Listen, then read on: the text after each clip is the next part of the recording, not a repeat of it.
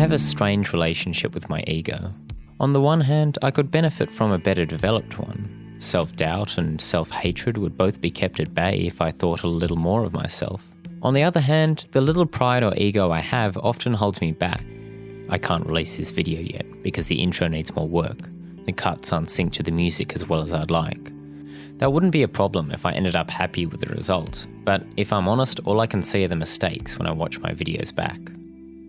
It's affected the way I play games as well. When I started to play Team Fortress 2, I had no expectation of skill. I wasn't any good at games in general, and scared of letting my teammates down, I spent the first 10 hours in the training mode. Eventually, I thought I wasn't so awful that I'd let everyone down, and started to play properly. I was terrible. I mostly played sniper, and if I got one headshot out of 10 deaths, it was a good game. Slowly, I branched out to play a lot of medic, pyro, soldier, and demo man. My skill set improved, and I started to generally figure out how to play first-person shooters. Over 700 to 800 hours, I rose from the bottom of the scoreboard to around the middle. I was still hopeless, but I was having a lot of fun. A lot of that was because I felt I had earned all that skill.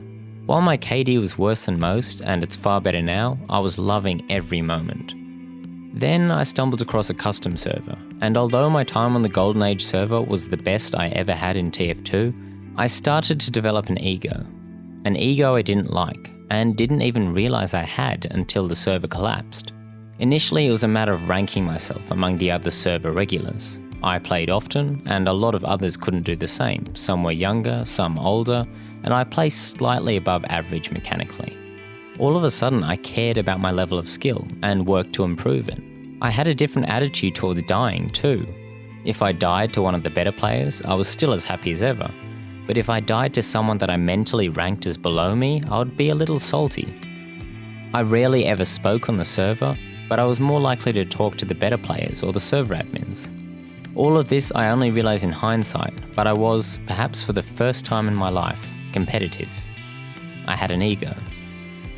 After a few months of regularly playing on the server, a new event started up. They were called grudge matches and involved two captains picking a team from the pool of available players. These two teams would then play against each other toward a goal set before the game, perhaps the most rounds in the time limit, or something similar. They were a hell of a lot of fun. After initial anxiety joining them, I quickly came to love the semi-competitive atmosphere. With these grudge matches, the server began to split though.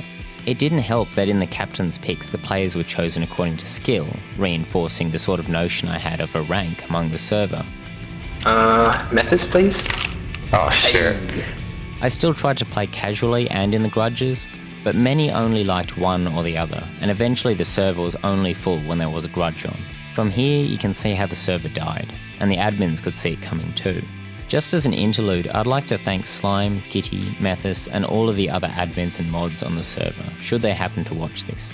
The Golden Age server really was the highlight of my time playing TF2, and the huge amount of work they put in was never appreciated enough while the server was running.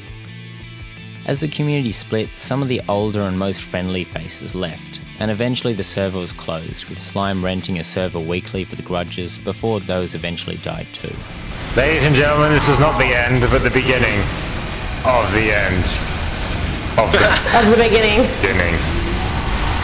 Of the end. Suddenly my newfound ego was just leaving me frustrated. If I didn't know the person that killed me, or there seemed to be any luck involved, I would feel angry. Random crits used to be funny. Losing a round wasn't a big deal, and largely I thought it was fun to win or lose. Now though, I thought I was better than the rest.